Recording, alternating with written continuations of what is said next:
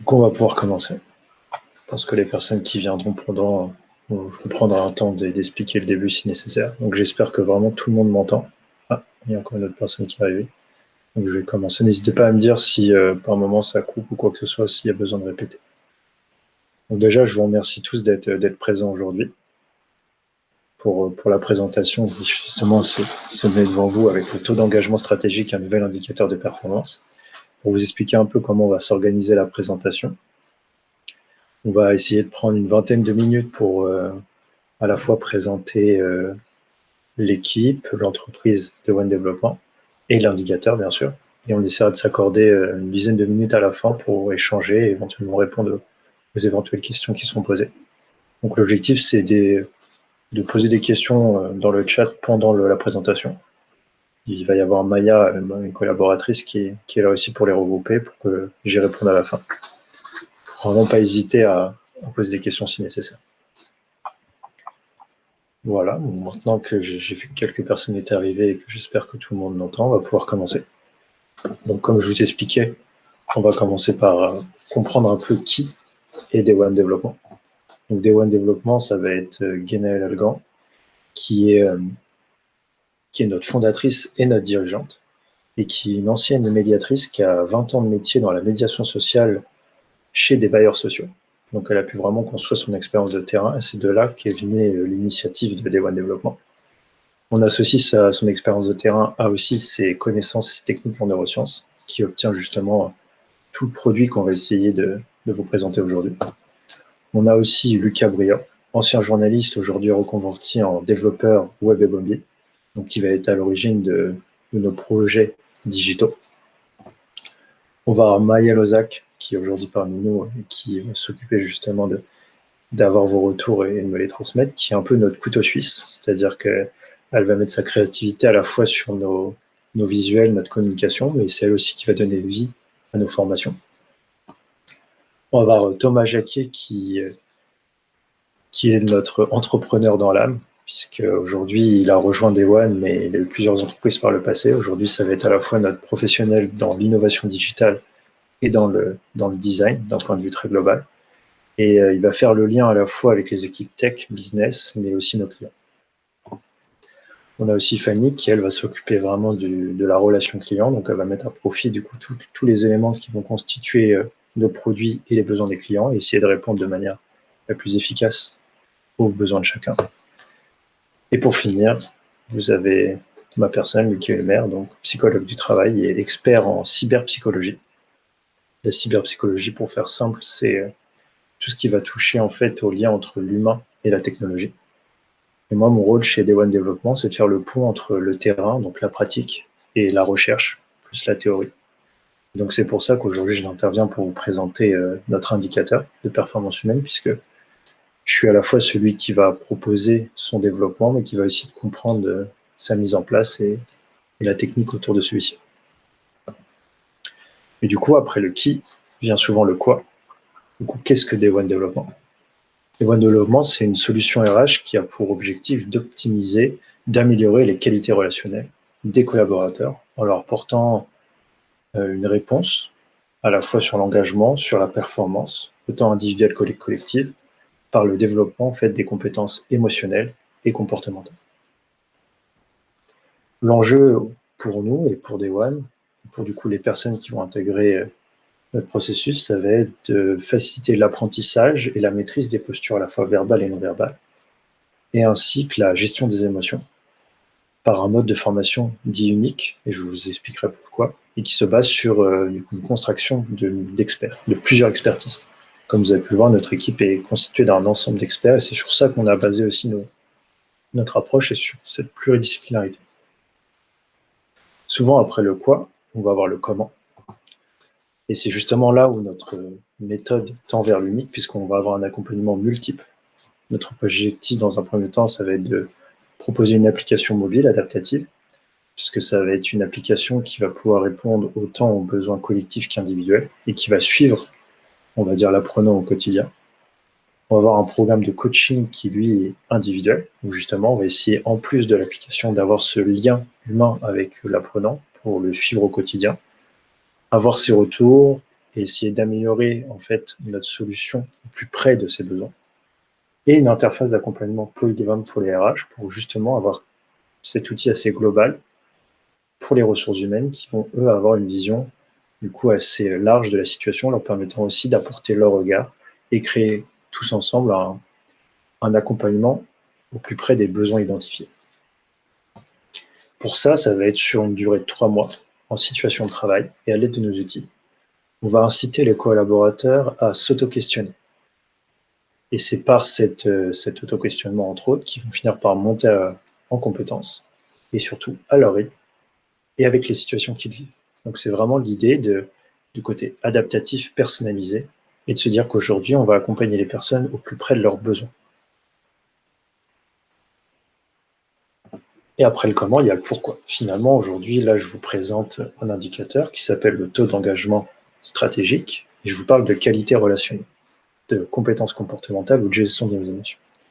Et finalement, on a du mal à faire le lien. Et le lien, il va se faire à différents niveaux, et nous, on va vous présenter un aspect aujourd'hui, c'est l'impact des mauvaises relations dans le monde du logement social en 2019. Ce chiffre, en fait, ces chiffres que je vais vous présenter, trouvent en fait leur origine dans l'impact que peut avoir des mauvaises relations au sein du monde professionnel. Par exemple, aujourd'hui, d'après le rapport de 2019, presque 10% de l'absentéisme évalué, observé, est en raison d'une mauvaise qualité relationnelle. Mais on va avoir aussi près de 8% du turnover qui va être aussi expliqué par cette conséquence. Donc on voit bien qu'aujourd'hui, l'enjeu de la montée en compétences relationnelles impacte aussi du coup l'investissement, le bien-être, la satisfaction des salariés, puisqu'ils vont agir sur l'absentéisme et le turnover. Et si on va plus loin, et qu'on se dit que cet impact des relations et des mauvaises relations impacte du coup l'engagement et du coup le désengagement professionnel, ce désengagement va s'illustrer par un coût, par des conséquences. Un désengagement, ça peut faire une baisse de confiance, une baisse d'estime, une baisse d'acceptation, une baisse de satisfaction, une baisse de performance. Et ce désengagement, aujourd'hui, au travers d'études qui l'ont mesuré, représente un coût. Il est à hauteur de 14 000 € par an et pas salarié. Alors ce coût, c'est ce qu'on va appeler un coût caché. Et donc le pourquoi aujourd'hui Day One Développement s'intéresse à la montée en compétences, des compétences relationnelles et la gestion des émotions, elle est sur ça. C'est qu'aujourd'hui, notre ambition, ça va être d'agir sur ces mauvaises relations et sur ces conséquences.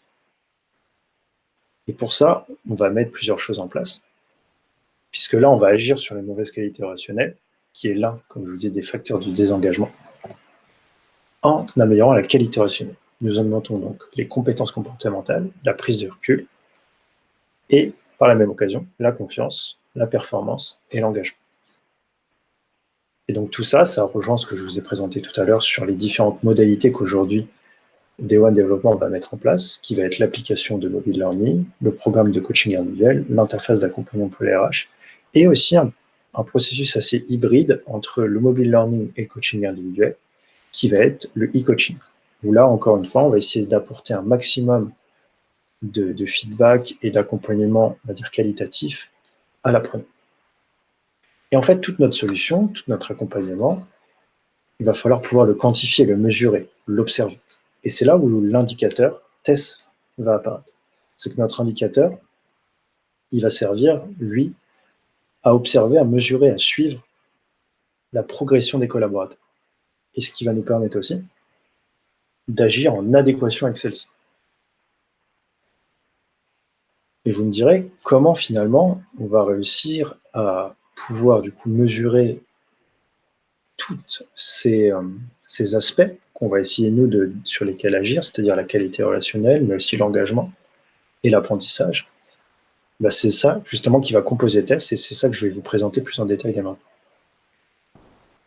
Du coup, le taux d'engagement stratégique. Aujourd'hui, quand on l'a construit, on s'est dit qu'il devait du coup mesurer sur les éléments sur lesquels on allait agir. Donc mesurer l'impact qu'on allait avoir nous en tant qu'entité, en tant que formateur, en tant qu'accompagnant. Du coup, on s'est dit dans un premier temps, il va falloir absolument qu'il mesure la qualité relationnelle. Donc ça, c'est les éléments que je vous ai présentés. C'est tout ce qui va toucher à la gestion des émotions, aux compétences comportementales, mais on y reviendra. On agit aussi, nous, on s'est dit, du coup, si on agit dessus, on va devoir le mesurer, c'est sur l'engagement, et plus précisément, l'engagement durable. Aujourd'hui, quand on va parler, du coup, de qualité relationnelle, et comme on l'a présenté tout à l'heure, on sait qu'une mauvaise qualité relationnelle peut entraîner, du coup, de l'absentéisme ou du turnover. Une bonne qualité relationnelle peut entraîner un engagement, mais pas un engagement sur le court terme, mais un engagement sur le long terme, qu'on va nous définir comme un engagement durable. Et on agit, nous aussi, puisqu'on est une entité d'accompagnement et de formation, sur l'apprentissage. Donc c'est un élément aussi sur lequel on va agir. Et du coup, notre idée, finalement, c'est de tout réunir. C'est que Tess va à la fois pouvoir mesurer, observer la qualité relationnelle, l'évolution, la progression dans l'engagement, mais en elle-même aussi comprendre et mesurer l'évolution de l'apprentissage et l'acquisition de différents éléments. Si on doit aller plus dans le détail, c'est ça qui va être justement intéressant, c'est de voir sur quoi va pouvoir, sur quoi en fait se décompose l'indicateur, sur quel facteur. Là, on va voir la qualité relationnelle, et la qualité relationnelle, elle va se décomposer en plusieurs modalités, qui vont être les compétences émotionnelles. Donc les compétences émotionnelles vont faire référence à différentes choses, ça va être notamment la gestion des émotions, les compétences comportementales, mais aussi la communication. Dans les qualités rationnelles, on va aussi avoir les compétences sociales, qui, elles, vont pouvoir faire référence, par exemple, à l'empathie, au contrôle de soi, comme on le voit là aussi avec les personnages et le rapport à autrui. Et pour finir, on va avoir les ressentis émotionnels.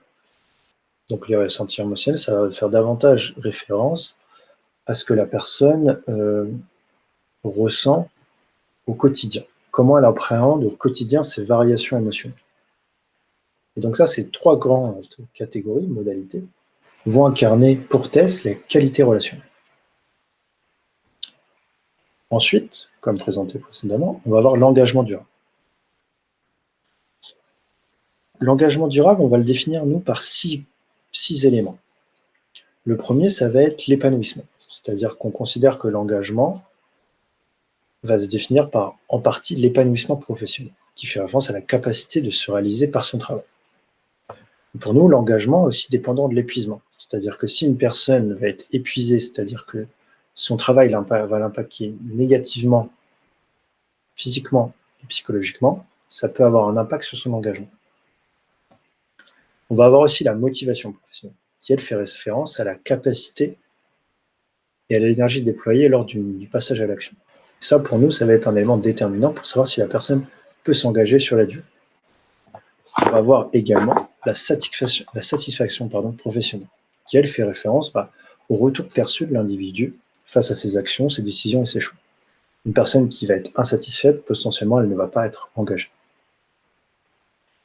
Et on va également s'intéresser à l'agilité. L'agilité, ça va faire référence à cette capacité qu'on va avoir à agir face au changement. Et encore une fois, pour qu'un engagement soit durable dans le temps, il faut que la personne puisse être capable d'agir, puis finalement face au changement et à la différence. Donc ça, on va essayer aussi de comprendre à quel niveau la personne se sent capable d'agir sur la durée pour rester engagée. Et pour finir, on va bien sûr mesurer l'engagement, mais de manière assez isolée, c'est-à-dire le fait à quel niveau la personne s'investit dans son rôle et dans ses missions. Et l'objectif plus global, c'est du coup de comprendre de manière indépendamment chaque modalité qui vont composer l'engagement durable, mais c'est aussi de voir les relations entre elles. C'est-à-dire qu'aujourd'hui, est-ce que l'épanouissement et la satisfaction, à eux seuls, peuvent suffire à déterminer si une personne est engagée? À quel degré un épuisement peut impacter l'ensemble des autres modalités? Est-ce que l'agilité peut avoir un effet bénéfique sur l'ensemble des autres modalités? C'est toutes ces choses-là qui vont incarner aujourd'hui, chez Day One Développement, cette notion d'engagement durable. Et cette partie-là va nous permettre aussi de comprendre vraiment de manière beaucoup plus précise de quoi est composé finalement le profil de l'apprenant, c'est-à-dire à quel seuil d'engagement il se considère, à quel seuil de satisfaction il perçoit son travail ou son rôle, et tous ces éléments, ce qui va nous permettre aussi de mieux appréhender, nous, sa progression et de mieux appréhender son accompagnement. Pour finir, la dernière grande thématique de TESS, ça va être l'apprentissage. On a choisi d'aborder l'apprentissage aux manières d'un cycle, en fait. C'est-à-dire que pour nous, l'apprentissage, ça va être d'abord une rétention. Ça va être la capacité à permettre de l'individu à retenir l'information. Donc ça, on va essayer de mesurer comment, de quelle manière et en combien de temps, finalement, la personne va retenir l'information. Ensuite, après l'avoir retenue, on va voir si elle l'applique, puisque on estime que l'application intervient une fois qu'on a appris et retenu une information. Ensuite, pour vérifier si l'application se maintient dans le temps, on va observer, nous, et mesurer la répétition. Donc, on va voir si la personne a retenu, appliqué et continue à le répéter. Et si la répétition est assez importante, on va considérer que nous, on est au stade de l'adoption. C'est-à-dire que la personne va adopter de manière réflexe, voire automatique, le comportement. Et pour nous, tout ça, ça s'inscrit dans un cycle. C'est justement sur ces éléments-là qu'on va essayer, nous, de comprendre et de mesurer comment la personne va acquérir du coup les savoirs, les comportements, la gestion, etc. Donc en fait, on va inclure cette dimension-là dans TESS, afin de comprendre au mieux de quelle manière la personne progresse et arrive petit à petit à atteindre l'objectif visé. Ce qui va être important de considérer, c'est que tout ça va être régi aussi par un contexte et par un temps, et que l'individu ne va pas, les individus du coup, ne vont pas apprendre et acquérir les choses de la même manière et à la même vitesse. Et c'est ça aussi qui va être intéressant de traiter dans le test, c'est-à-dire qu'on va pouvoir aussi mieux observer, selon les personnes, quelles vont être les modalités d'apprentissage et d'acquisition les plus efficaces et les plus efficientes. C'est sur ça que sur TESS aussi va apporter du lien à l'engagement durable et la qualité relationnelle. Et maintenant, je vais vous expliquer brièvement aussi, parce que là, du coup, vous avez un peu le fond de ce que TESS va représenter, c'est-à-dire les grandes thématiques sur lesquelles il va s'interroger. Maintenant, je vais vous expliquer un peu plus la forme et la manière. L'objectif de TESS, avant tout, c'est d'être polyvalent. Donc, il faut voir TESS comme un outil aujourd'hui qui va être multiple. C'est-à-dire qu'aujourd'hui, TESS va pouvoir à la fois mesurer des données quantitatives avec les questionnaires que tout le monde va connaître, avec des questionnaires à choix multiples, etc. On va essayer, nous, d'aller récolter de la donnée assez généraliste pour pouvoir la traiter, pour pouvoir l'exploiter d'une manière assez généraliste. On va aussi avoir des chatbots qui, eux, vont à la fois nous proposer des données quantitatives et qualitatives, puisqu'on va essayer, au travers de cette IA, intelligence artificielle, de proposer des simulations de situations réelles. On va essayer de confronter la personne face aux nouvelles acquisitions qu'il a adoptées. On va aussi essayer, que ce soit en présentiel, en distanciel ou à travers des mises en situation, d'avoir des données beaucoup plus qualitatives sur comment la personne arrive à mettre en place les éléments concernant la formation, concernant la qualité relationnelle et comment il perçoit ces différents éléments. Et on va aussi avoir l'association. Donc là, l'association, c'est l'idée de récolter de la donnée, encore une fois, assez qualitative. On va essayer de voir comment la personne associe ses compétences et savoirs vis-à-vis des situations, voire même des connaissances ou des images, des références données. Ça nous permet d'associer ce qu'elle comprend de sur quoi elle peut agir. Et le principe même, du coup, de TESS, ça va être bien sûr de toujours se concentrer sur la progression collaborateur. La grande force de TESS, c'est qu'aujourd'hui, je vous ai montré 4 méthodes de mesure, mais ces méthodes-là vont être aussi influencées par les apprenants, les collaborateurs, mais aussi potentiellement par le système ou le contexte dans lequel ça va être mesuré. L'objectif, ça va être pas de mesurer d'un seul bloc toutes les données, mais de mesurer de manière assez quotidienne, régulière, des lots de données, afin que ces données-là, on puisse nous les saisir, les comprendre, les recontextualiser et agir en adéquation avec celles-ci. Voilà. Donc ça, c'était en grande ligne ce que TESS représente et pourquoi TESS a été développé. Donc là, pour le coup, moi, j'ai fini la présentation de l'outil et de la société. Je vous remercie jusqu'ici de votre présence et de votre attention. Je finirai néanmoins sur cette phrase qui incarne Day-One Développement et notre volonté et notre ambition derrière nos démarches. C'est de voir le levier humain comme le plus de votre performance. Puisqu'en fait, on va mettre des outils RH et notre approche dédiée à la qualité relationnelle pour accompagner vos collaborateurs dans un engagement durable. Ça, c'est vraiment l'enjeu qui est derrière à la fois l'accompagnement qu'on va proposer, qui est un accompagnement multiple, mais aussi l'accompagnement et surtout l'indicateur TESS. Je vous mets aussi, et on va pouvoir, nous, s'il y a des questions, échanger dessus, nos contacts à Guénaël et moi si vous souhaitez plus de renseignements, plus d'infos sur les éléments évoqués aujourd'hui. Je vous remercie pour votre attention et puis si vous avez des questions, n'hésitez pas.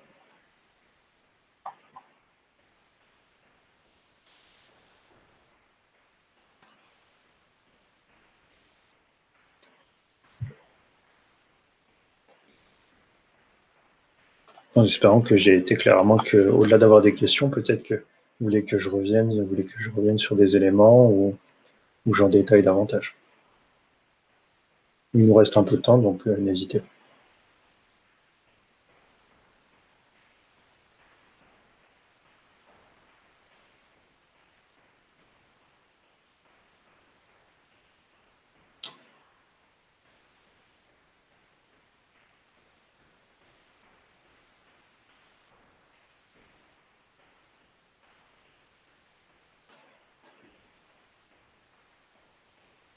Très bien. Bah, merci. Si j'ai été clair, c'est parfait.